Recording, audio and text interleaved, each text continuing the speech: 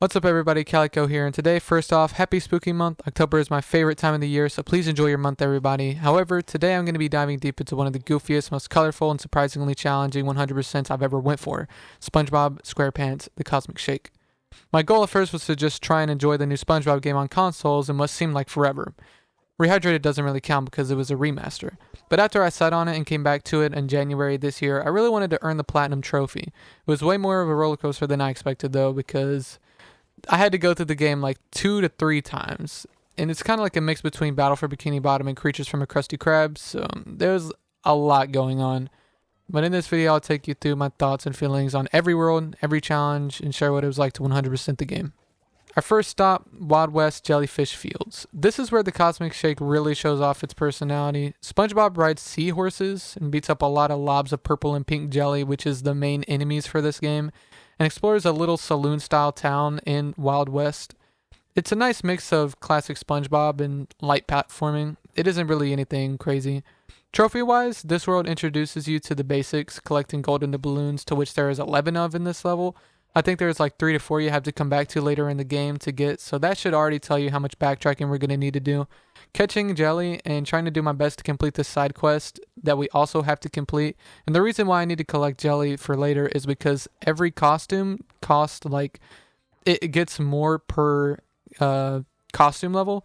So by the end of the game, you're probably going to have to farm some jelly, so it's always good to pick up some along the way. But other than that, nothing too tough here. The game's really nice. I like how it feels. The seahorse races was a little rage-inducing, mainly because I was losing my mind looking for this last gold coin, and I went through the world like 4 or 5 times, top to bottom, only to look up a tutorial and find out that it was actually inside a seahorse race that I didn't see. So that was kind of crazy. And for the boss, being Mr. Krabs, we have to catch him in under 3 minutes, which did take me a few tries, but nothing big. Still a strong start. Next up, we head into Karate Downtown Bikini Bottom. Think old 60s funk Quentin Tarantino movie production, but SpongeBob and kid-friendly. And a whole lot of karate kicking and shit. This level is all about like combat and comboing your karate kicks fluently, which has to be one of the most satisfying parts this game has. I also really like the setting. I like the bright colors, a lot of creams and yellows and reds and stuff like that. Also, the little side scroller part reminded me of the old Teenage Mutant Ninja Turtles game that I used to play. I think it was like Creatures of the Ooze or some shit like that. It's really cool and unique because it doesn't really come up again in the game. That was like the one part of the game that something like that shows up, so it's pretty interesting. There's a trophy here for completing the Kill Bill looking Sandy boss fight without taking any damage, which did get a little frustrating if you don't understand the boss fight. But it's easy after you try it a few times. Honestly, the animation work is pretty good. Feels like they had a really like long list of cool vibes and aesthetics that they wanted to put in these worlds that they kind of hit pretty good. Or at least I think they did. Also, always keep an eye out for challenges you'll have to come back to. Like take a mental note of it in the game so you'll have to, you won't have to look through the entire map looking for all the challenges that you missed the first time because you don't have the powers. Because you're going to have to do that a lot in this game. Like I said, you'll have to play through the game like 2 or 3 times. So, keep that out. But overall, I like the new enemies in this one. The Smashville and the little dodging things. Those are pretty interesting. They're kind of hard to deal with because sometimes there are a lot of them and they just kind of overwhelm you. Especially the little dodgy things. I don't know what they're called, but those can overwhelm the fuck out of you sometimes. Like, if you have like 3 or 4 of those coming at you, it's almost impossible to even keep away from them. So, they're pretty cool, but also a little hard to deal with sometimes. I really like the director Squidward looking thing. I think this role fits him perfectly. I feel like this would be like what Squidward would do if he wasn't a failed musician and paintist. But, yeah. I really like this world. It's one of my favorites. So, on to the next one. Next we have Pirate Goo Lagoon, which is one of my favorite worlds in the entire game because of its bright saturation. Goo Lagoon was always one of my favorite set pieces in Battle for Bikini Bottom, so I'm not surprised it's in Cosmic Shake either. Between the treasure hunting and fighting the Pirate Admiral Prawn, it's kind of just fucking peak. I really like Prawn's design in Battle for Bikini Bottom because he was kind of like he was one of the only missable bosses in the game, which I always thought was really cool because I did miss him all the way up until Rehydrated when I was older and actually found him when I 100%ed the game. So seeing him make a return in this game as like a pirate is pretty damn cool. So look out for that. Especially with the big ass pirate ships as well. It's kind of just like a grand boss fight almost.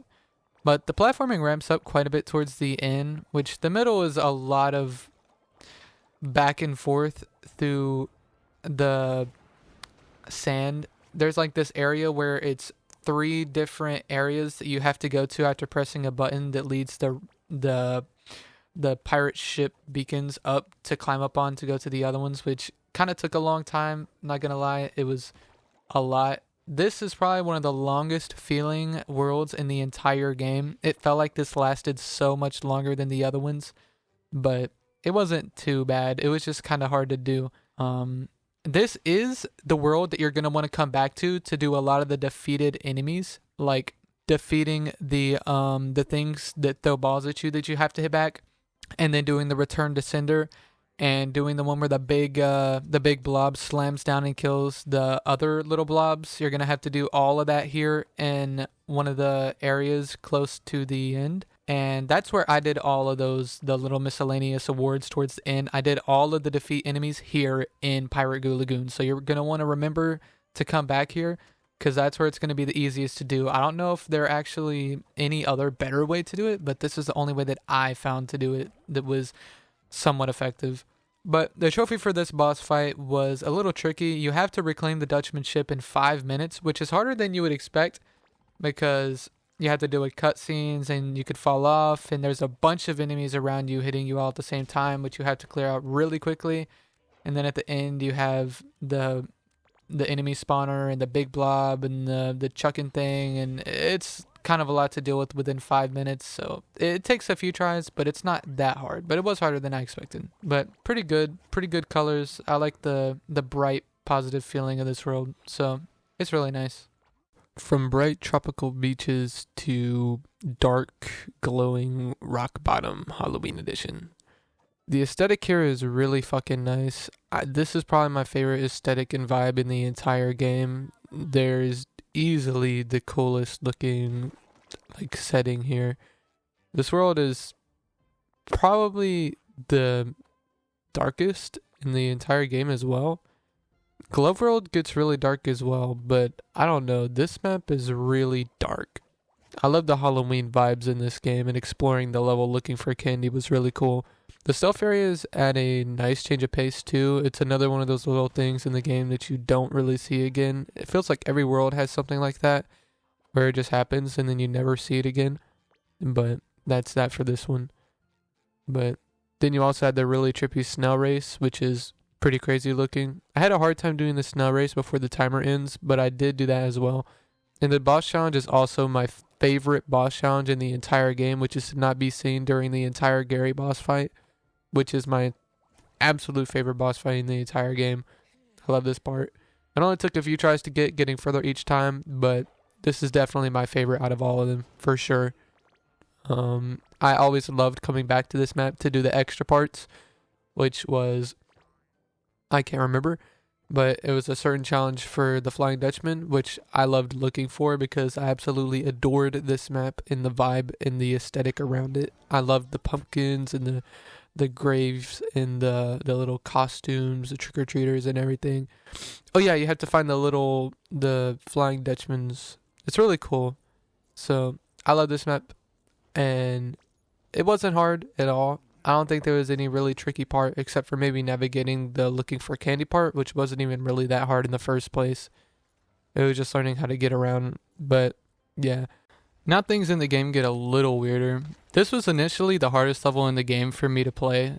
The first time I played it, it took me quite a while to beat. The prehistoric kelp forest throws you into a caveman world where everything's like covered in moss and bones and lava and shit. The difficulty definitely spikes here again a lot higher than it usually is. I'd say this might be the hardest level in the game, like actually skill level wise, which the game doesn't have a lot of skill expression at all. It's literally just a fucking SpongeBob platformer, let's be honest. But if there was a hardest level in the game, I would say it is prehistoric kelp forest. There's a lot more enemies and various different enemy types. There's a lot of lava pools, which they're very high up platforming, which was really cool. It reminded me of I don't know if you remember what I'm talking about, like the slide in SpongeBob the movie game. It was I can't remember. I think it was when you're inside of the monster or whatever. It kind of reminded me of that for a second with the lava below and like jumping from the leaf thingies. And there's a sliding portion in the game, which there's not a lot of sliding portions in this game. There's a sliding portion in this world, and we also get introduced to the big rolling boulder that you use to get on top of the lava and get around to certain portions of the level. Collectibles here that I remember weren't anything too crazy from what I remember, but the puzzle before the boss fight genuinely had me puzzled for an entire fucking day the first time I played it. Only to find out that it shows you how to do it on the damn wall the second time I played the game, going for the platinum. Also, there's an easy missable coin in that room behind the rock next to the door that I found the second time playing it going for the platinum that I wouldn't have found if I wasn't looking for the platinum. And the boss fight here I absolutely despise. This is the first time I played through the game where I think it took me like 2 days to beat this boss. And it genuinely took me like maybe 2 or 3 days to beat it. I don't know why. I think I tried to beat it and it just made me mad and I just took a break from the game and then I came back. But this time around it only took me 2 tries to beat it with no damage. And I think that's pretty interesting. I don't know why it was so much easier for me the second time. I don't know. But there's that. I'll say this one's interesting. It's a good world. It's definitely the hardest. It doesn't have my favorite like vibe or aesthetic or setting, but it is really cool. I like the vibe. It felt like something right out of a movie with the set piece, but I appreciate it. Our second to last stop in the game is Medieval Sulphur Springs. It's kind of a bizarre mix between like beautiful florals and gray castle walls and red seahorse stables and like a lot of green and browns, and it's really nice actually. It's a pretty good setting for this game. I don't know if we've exactly been in this kind of setting before in a SpongeBob game, but it's definitely one that was visited in the show quite a bit. I remember the special in a medieval time was actually one of the last modern episodes of SpongeBob that I watched when it came out, but that was when I was like very young. But this level focuses on a lot of environmental hazards like falling and spikes and air vents and moving platforms and time platforming. This level starts with a beautiful cloudy sliding portion that really hits a lot of nice spots in my brain and leads right into a gorgeous maze with nice greens and flowers and even a water fountain. I loved this the first time I played it, especially since I was an avid Sand Mountain lover and craved a big sliding portions like in Sandy's Dream and Sand Mountain. The design definitely feels a lot more open. There's actually 2 or 3 different routes in the big slide that you will get a coin for, and there's a lot of creative collectible placements in this whole open thing. And in the boss fight, well, let's not skip right to the boss fight. There is a lot of stuff that you have to do here between the witch lady and the seahorse stable and the whole Pearl navigating the like castle going to get to Pearl and then doing the boss fight there that isn't really a boss fight. It's more of like a delivery simulator, but it's a really big open world. But I definitely love the vibrant colors in it and the big slide at the start. That was one of the big things that I saw in the trailer of the game that actually piqued my interest, so I thought that was really fucking cool. But overall, it's a nice level. I wouldn't say it's difficult, but it definitely is long. There's the big slide, then you got to go down the castle, then you got the maze, and then you got the witch portion and the horse stable portion and then the castle portion. So there is a lot to this level, and it is the second to last, so understandably so, but that's the main thing. You do have a few easily missable coins in this one that you have to collect later on. I actually missed these quite a few times. I actually needed a tutorial for it because I could not find some of these, like the rolling boulder one I could not figure out. There's also an extra underpants power up here that you can miss, and all these you could find with a tutorial, which is what I had to do because I missed most of them. Except for the underpants. I actually found that on my own just looking around for coins. So the boss in this one it's all about waiting for a perfect opening to take the cakes safely to each platter, because you have to do this without getting hit a single time in the entire boss fight. It took me a few times, but nothing crazy like usual, so it shouldn't be too hard for anybody to do. but it is one of the more annoying ones at first because it kind of feels like the projectiles are a little janky sometimes. Sometimes they just beam right to you, and sometimes they follow you around forever. So that's really up to how that's going. Finally, we reach Glove World, which is the grand finale of the SpongeBob multiverse adventure in this game. It's a full-on theater park. It's a full-on theme park packed with rides and games, and one of the biggest Ferris wheels I've ever seen in any game. The level design, it feels really cool. I love seeing all the purples and the Valentine area and colors, and it's a really cool like area. There's also a little wall straight to the right as soon as you go into that area that you break and get a coin. You're probably gonna miss that, so just giving you a heads up if you haven't 100% of the game yet and just happen to be watching this video. So maybe that'll save you some time. We also get to this sewer area, which is where we pick up the last power-up in this game, which is a vacuum that you could use to absorb the globs and then shoot out to deal lots of damage to the new squid-looking enemy. But this world has some of the coolest coins in the entire game that you will get mostly just from doing the rides and games. I'm pretty sure there's like 2 or 3 at the start of the level, and then there's another 2 or 3 in the middle where the punching thing is. I don't know what exactly it's called. And you have quite a bit of game to work with here because you got the rides, and then you got the games, and then you got the Valentine area, and then you got the Ferris wheel, and then you got the boss fight, which, by the way, the boss fight is meh. It's not really, I'd say it's probably my least favorite boss out of the entire game. I don't know, it just seems not big enough for the final boss, and I don't really like it compared to the other bosses either. So it was also really easy, by the way, which this is also where you're going to want to do the Ninjelly's hazardous trophy, because if you just stand there in the goop, he will run into the goop over and over, and you could keep resetting and it'll keep working like that. And that's how I did that challenge/trophy.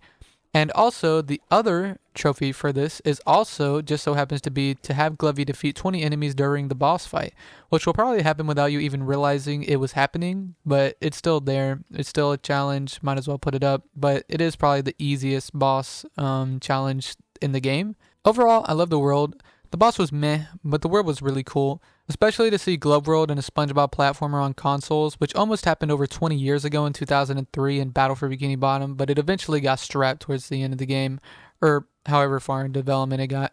That leads right into the final boss fight against Cassandra in the giant jelly Squidward looking thing, and it's pretty easy. You know, it looks amazing, by the way.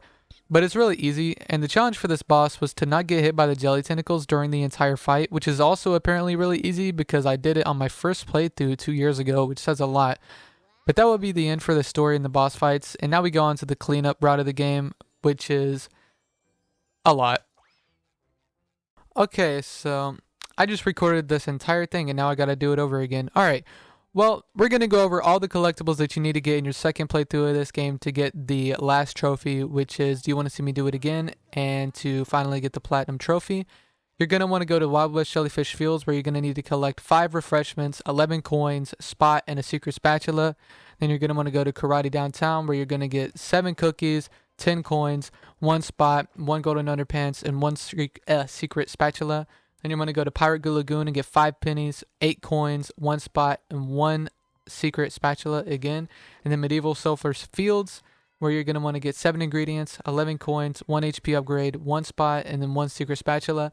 Then Halloween Rock Bottom, where you're going to get 5 stars, 10 coins, 3 little Dutchmans, 1 spot, 1 secret spatula. Then Jelly Glove World, where you're going to get 8 coins, 1 spot, 1 secret spatula. And then finally the Bikini Bottom Hub World, which has 8 coins, 9 pages, 1 secret spatula, which is going to total up to 133 collectibles during your second playthrough of this game, which I will not be giving a tutorial for, obviously, because this isn't a fucking 100% tutorial. So if you want to do that, then go watch the tutorials because they are really useful. I will put in the description of my video the fucking tutorial that I use to get 100%. But any of them's pretty good. Just make sure that they actually show all the coins and all the locations of the collectibles, since there is a lot of collectibles in this game. But yeah, and like I said, I already went through a lot of the miscellaneous awards through the game, like covered them during talking about the game. Like in Pirate Lagoon, where I did most of the defeat enemy awards, and that was where I did, I think, 4 out of 5 or 6 of them. And then I did the defeat ninja jellies and the Glovey boss fight with the environmental hazards, and I did the Jaws with flaws in the in-game world hub to farm the trophy, which you will see in the trophy guide if you go on there and look. Yeah, that's about it for the entire game. If you want to get like a really old school feeling 3D platformer, then this is like 100% it. This feels like a old PlayStation 2 platformer put on a new gen console. It's crazy. Like, I want to see more games like this, like the remaster of Pac-Man, and then this coming out 2 years ago, and then the new SpongeBob game coming out sometime this year or the next.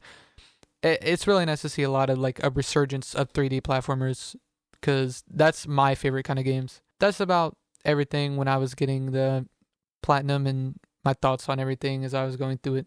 So I highly recommend this game. Thank you for watching. Like and subscribe, comment, whatever it may be. Do-da-do-da. Peace.